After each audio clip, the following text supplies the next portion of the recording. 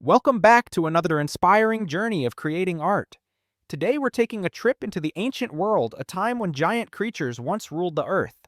In this video, I'll show you how to draw one of the most famous and beloved dinosaurs, the Triceratops. This powerful yet gentle-looking dinosaur has a parrot-like beak, a large mane behind its head, and three distinctive sharp horns.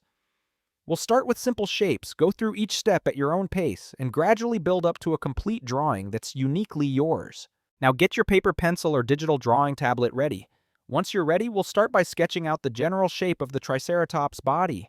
Imagine its body as a large oval, slightly horizontal and slightly curved towards the head. Draw a large oval that takes up about 2/3 of the paper, large enough to represent the animal's large body. This will be the main body where we'll develop the details later. Next, from the left side of the oval, we'll draw the head. Triceratops have a very large head, more than half the size of their body in real-life proportions. So draw a smaller circle or oval close to the left of the body, then add a large arc behind the head to create the bony mane. This mane flares out like a fan, which really makes the Triceratops stand out. Don't worry about accuracy here, just create the overall outline so we have room to develop the lines. Once the head is in place, add the three distinctive horns. Draw two large horns on the forehead facing forward and curving up slightly. The length of the horns depends on the style you want, but generally keep them a little long and strong to give it a bit of impact. The small horn is located on the nose just in front of the snout. This horn is smaller but very important to the Triceratops' demeanor. These three horns give the animal a majestic look, but they are actually used for defense and fighting off predators like the T-Rex. Next, sketch in the mouth and nose. The Triceratops has a hard parrot-like beak, so draw the mouth with a slight downward curve, then add a beak-like shape at the tip of the snout. The Triceratops' eyes are set slightly higher and slightly back from the nose horn. Place the eyes as small ovals or teardrops with a slight curve above them to give a gentle but alert look. Remember that the eyes are not usually very sharp as they are mainly herbivores, so keep the lines soft. Once the head is in place, we'll go back to the body and add the main limbs. The Triceratops has four very strong, broad, and sturdy legs. Start with the front legs by drawing two thick cylinders that are attached to the body. The front legs are slightly bent at the knees so you can make a small break but still keep the strength. The Triceratops' feet have three main claws which are quite blunt and large, so draw these as three small, rounded, strong blocks. For the hind legs, make them slightly larger than the front legs. The Triceratops' hind legs have very large thighs, like a big bundle of muscles. You can draw the hind legs starting from the body as one large block, then narrowing down as you go down to the shins and feet. It's important to create a sense of weight as the Triceratops is a very heavy creature, possibly weighing tens of tons. Once the body and legs are formed, we'll add the tail. The Triceratops' tail is not as long as other predatory dinosaurs. It is quite short and slightly thick, helping to balance the body. You just need to draw a slight curve towards the back, then gradually narrow it towards the end of the tail. The tail can be slightly curved like a small fan depending on the movement you want to show. Now let's go back to the bony mane behind the head and finalize its shape. The Triceratops' mane is shaped like a large shield, slightly flared on the sides, and has slightly wavy edges. You can add small, jagged lines along the edge of the mane to give it strength, although this can vary depending on the species and the style you like.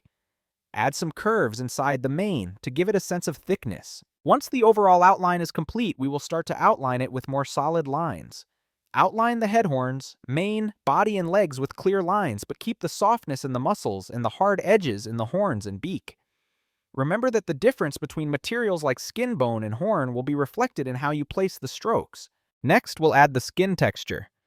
The Triceratops' skin is thick and has a slightly lumpy texture similar to that of a crocodile. You can create wrinkles on the neck, knees, and chest where the skin folds as the body moves.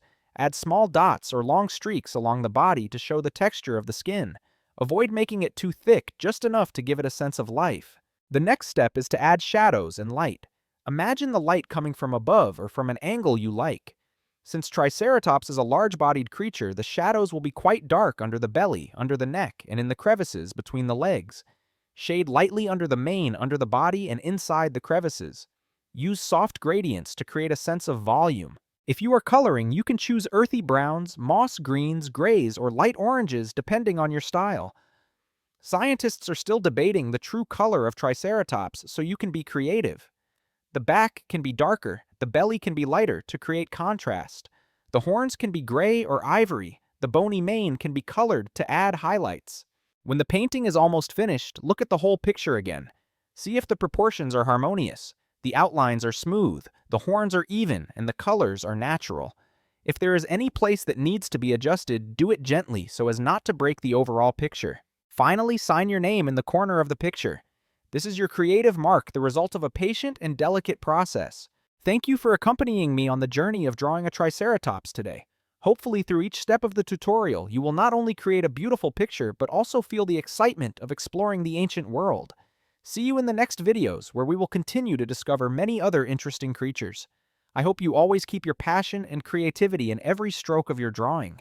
Welcome to the next creative journey in our familiar art space.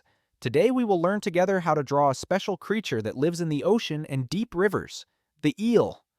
This is a fish with a very unique shape, a long flexible body like a soft silk strip moving underwater. Although it looks quite simple to draw, a soulful eel requires sophistication, observation, and feeling of the body's movements. During this video, please relax, listen, and go through each drawing step with me, from simple to complete. Now prepare your paper pencil or digital drawing board and be in a comfortable mood. We will start by sketching the general shape of the eel. Because the eel's body is long and soft, imagine a large, gently curving line like an S or U shape depending on the pose you want. Use a light, soft, and comfortable sketch. No need to be too precise at this point. This will be the main axis of the eel's body, helping us to shape the movement and curvature of the body. Once we have the axis, we will shape the body of the fish by sketching two parallel lines following the curve we have drawn. These two lines will create the thickness of the fish's body. Eels have round bodies slightly flattened in some species, but are generally quite soft and have no obvious protrusions or angles. So draw these two parallel lines smoothly and evenly. The thickness of the fish's body can be larger at the head and gradually taper towards the tail. As you draw along the curve, imagine the fish's body is sliding through the water gently but powerfully. Next, we will sketch the head of the eel. The head of the eel is not too large, it is slightly pointed like a small teardrop. Start from the beginning of the axis, draw a long slim shape that points forward.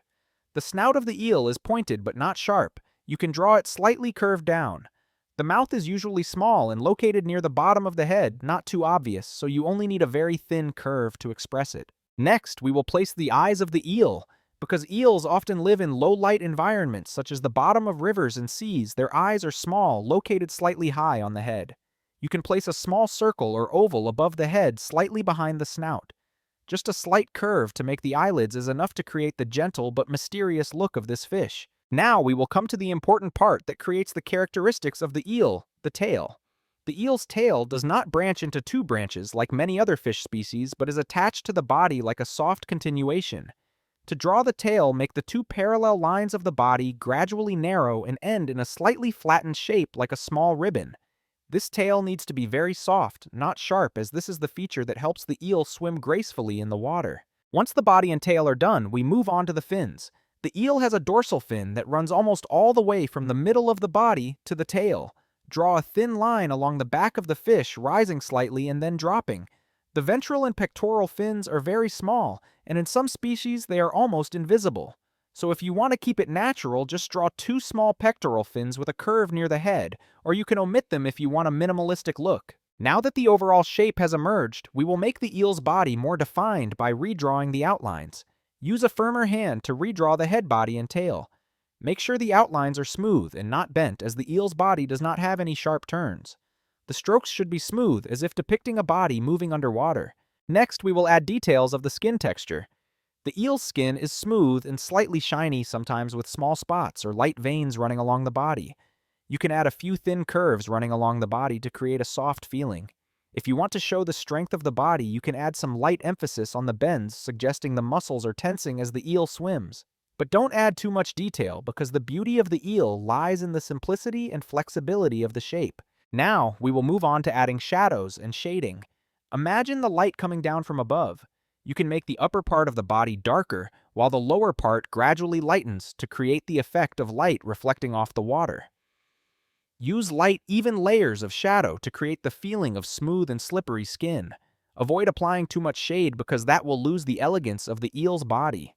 On the curved sections of the body, you can shade in a little more to create depth and movement. If you want a color, think of natural colors like blue-gray, dark brown, olive green, or metallic black. Some eels have quite simple colors that look great when the light reflects. You can create a gradient effect by having the color darker on the back and lighter towards the belly. The head can be the darkest color to create a sense of mystery. Don't forget to keep some highlights on the body to simulate light reflecting off the surface of the water. Now look at your drawing as a whole. See if the main curve of the body is smooth, the body is balanced, the head is in the right place, and the tail connects smoothly. If you see any areas that are not harmonious, you can correct them with a few light strokes. The eel's body should feel fluid and continuous, as if it has never been still. To add more artistry, you can add some context, like water ripples around the fish, some small bubbles, or light effects through the water. However, if you want to have a modern minimalist style, you can also keep the eel alone on a white or solid color background, emphasizing the characteristic curves of its body. When you feel satisfied with your drawing sign, your name in a corner. This not only helps you leave your creative mark, but also shows your appreciation for the work you have just completed with patience and concentration. Thank you for taking the time to accompany me on this exciting journey of drawing eelfish. I hope that the tutorial has helped you relax. Be creative and discover a new perspective on this creature. See you in the next videos where we will continue to learn and draw more unique creatures from the ocean deep in the forest, or even from the imaginary world. I wish you always keep the inspiration and passion for art in every stroke of your drawing.